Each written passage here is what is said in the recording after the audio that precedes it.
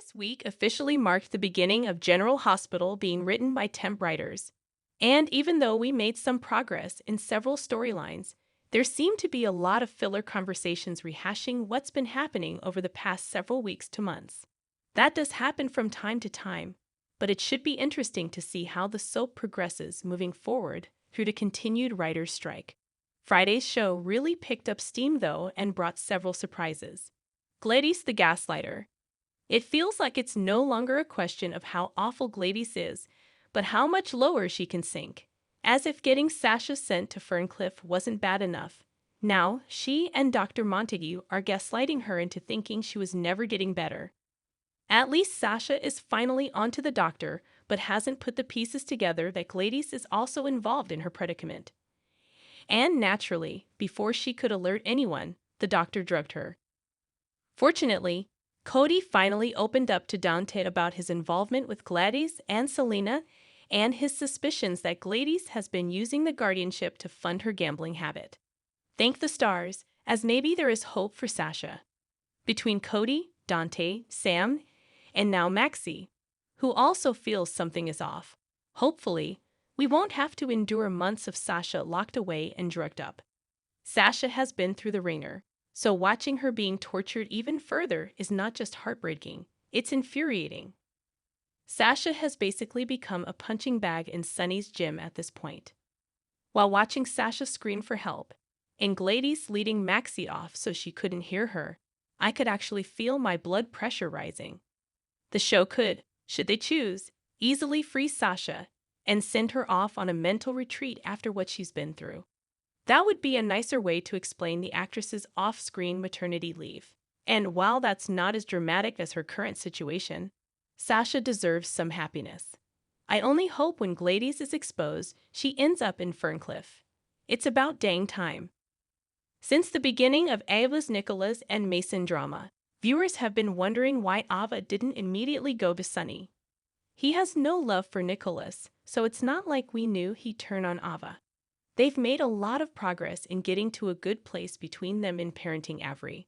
So it was no shock to us viewers that when she finally spilled the beans to him, Sunny was more than happy to help her and deal with Mason. Plus, Mason's threatening their daughter, so why wouldn't Sunny step up and help? It's unclear how much freedom the temporary writers have over the storylines, but this is one many viewers would be happy to see fast-tracked. Like many storylines as of late, they dragged this one out for what feels like an eternity. It really feels like with Ava bringing Sunny on board that this story has finally turned a corner. Not only is it time to reveal who is behind Mason and the Gatlin gang, but find out the fate of Nicholas. The one problem I see happening is now that it's Ava and Sunny against Mason and his family, Austin seems to have been written into yet another "what do we do with this character corner?" Laura and Lulu are back. Well, sort of.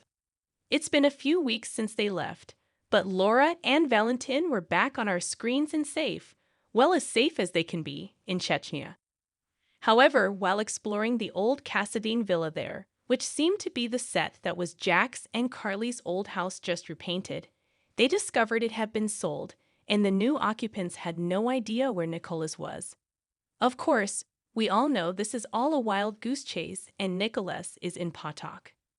With them back on our screens, and Anna in the preview for Monday's show, hopefully, this means Laura and her family are coming home and back together. Laura is the heart of the show, and she and her children and grandchildren need to be a bigger focus.